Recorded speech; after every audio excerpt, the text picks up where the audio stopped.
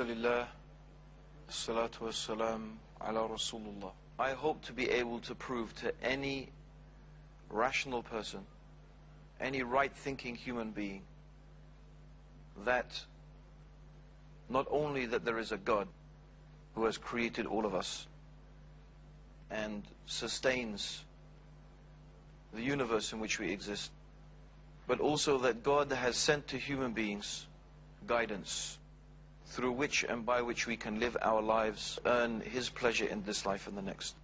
Now, for many people, the whole idea that you could prove a religion to be true is a strange idea. For many people, religion, they imagine, is supposed to be something mysterious, incomprehensible. In fact, the whole idea of faith in the minds of some people is that faith is supposed to be something that you believe without any proof. But Muslims don't hold that point of view. Rather, for us, faith is something that is established upon evidence, upon understanding, with insight. In the same way, for example, that a scientist has a theory, and that theory is supposed to be supported by evidence through observation of reality. So by observing reality, by observing the world, by observing various phenomena, the scientist comes to a conclusion based upon that observation. Now, before we start our conversation, I have to lay down a few fundamental points. Some issues that we all have to agree on. If we don't agree on these issues, you can turn off the TV now, because there's not going to be any point in this discussion if we don't agree on a few basic fundamentals. So the first basic fundamental that we have to agree on is this: that the world in which we live and this universe in which we live is real. It is real. It's really there. It's not like in the film The Matrix, is that everybody in their mind, it's a computer-generated image in their mind, and maybe reality is not reality anymore. I mean, okay, it's possible that that could be true, but what does it benefit us thinking like that? No, we have to accept that the world in which we live is real. I am real, you are real, the sun is real, the trees are real, the air is real, and this is a real world.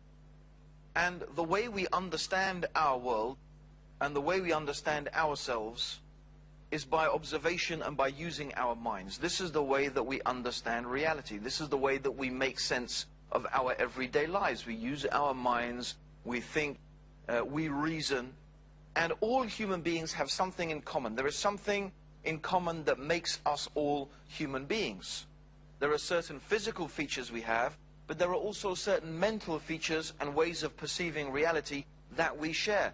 That's common to our humanity.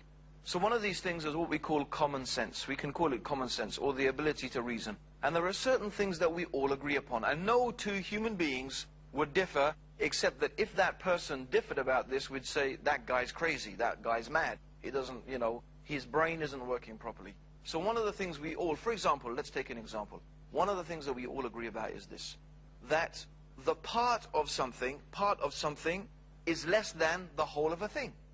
Part of something is less than the whole of the thing. We all agree with that? I'm sure we all agree with that. That's something every single human being everywhere is not going to argue about it. Okay.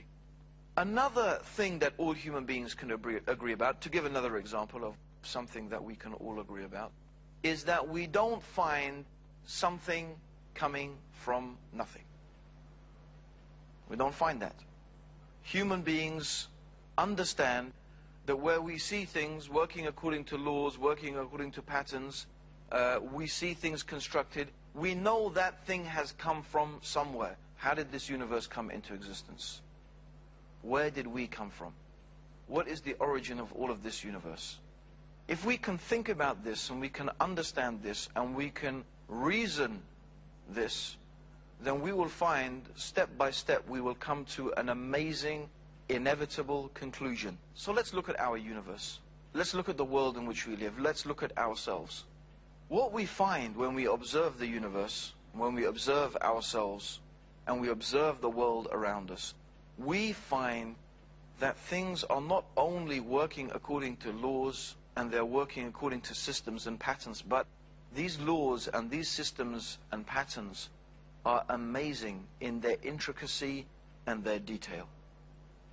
And there are so many examples of this that are evident. Imagine instead of the earth rotating on its axis once every 24 hours, imagine instead that the earth was rotating very, very slowly. And in fact, a day was not a day, but it was what is now equivalent of 30 or 40 years. So what would you find? You would find that one part of the earth's surface would be almost constantly exposed to the sun. The other part of the earth's surface would be in darkness. The consequence of that would be one side of the earth would be superheated, the other would be super cool. It would not be possible for life to exist. If there was not an ozone layer protecting us from the harmful effects of the sun's radiation, life on the earth would not exist. Could this perfect combination of gases, of movement, of various aspects, and I've just mentioned a few, be a product of some random event, of chance and coincidence? Let us, in order to understand this, go back and use what we decided already we're going to use. Let's use our process of reason. Let's use our common human experience. Is there anything in our human experience that tells us that you get such order, such fine and precise order from some random event? No. Our universal human experience tells us that where we see something working according to orders, working according to patterns, someone or something has ordered it. Someone or something made it work according to those laws and work according to those patterns. That's why, for example, an archaeologist could go and dig in the desert and find a simple piece of pottery. Just a simple piece of pottery. Yet this archaeologist will be able to tell us so many things about the civilization that made that piece of pottery without ever seeing them. He didn't see them make the pottery, he didn't see their houses, he didn't see their buildings. But this man digs in the dirt, he finds this piece of pottery, and he will tell us so many things about the civilization. Their state of technology, their transportation system, their level of intellectual capacity. Because he can examine the pottery, he can tell us at what temperature the ovens must have been at in order to bake the clay, to get it at this certain texture. And therefore from that he can deduce so many things. So for this archaeologist, the existence of this piece of pottery is conclusive proof of the existence of the people and the intelligence and the civilization that made it. If I was to say, for example, my mobile phone here, what is this mobile phone made of? Essentially, what is it made of? Two things: silicon, which is sand, and plastic, which is oil. So here we have silicon and plastic, and a bit of leather as the cover of it. So two things: silicon and plastic. Now, in what place in the world is there lots of sand and lots of oil? Well, for example, Saudi Arabia. There's lots of sand and lots of oil in Saudi Arabia. What if I told you I was walking along one day in the desert in Saudi Arabia, and here I found this mobile phone, a product of complete chance and coincidence, random events. The oil spewed, the sun shined, the sun shone, lightning struck, and after millions and millions of years of all these geological changes and the heat and the cold and the pressure and the wind blowing, this mobile phone came into existence through mere random processes. Say this is ridiculous. Yet the human mind, the human brain, is infinitely more complex than a mobile phone, than even the world's fastest supercomputers. The human brain is infinitely more complex and has a huge capacity for computing power beyond what any human being has been able to make so far in terms of computers. It's an amazingly sophisticated machine. And in fact, with all the organs of our body, can we really believe? Is there anything in the totality of human experience that leads us to believe that these things are a product of some random event? No. Human experience tells us, reason tells us that when we find something ordered, it is a product of an intelligence that has ordered it, made it work according to these laws and these patterns. So we look at our universe, we look at ourselves, we look at our world, and we ask three simple questions. Did it come from nothing? That's the first question. Did it come from nothing? Did this universe come from nothing? Did we come from nothing? Do we find anything coming from nothing? No.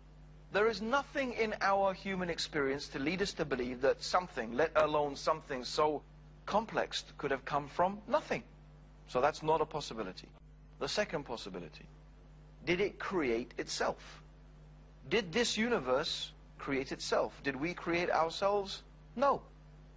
If we did not exist in the first place, how could we have brought, or how could this universe brought itself into existence? If it wasn't there, how could it make itself there? And we don't attribute to the universe and to the things in the universe the ability to create. What is the universe made of? The universe is made of stars and galaxies.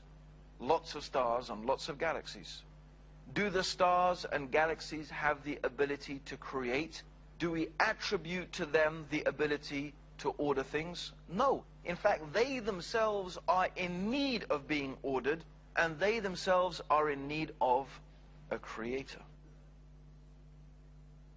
And if something is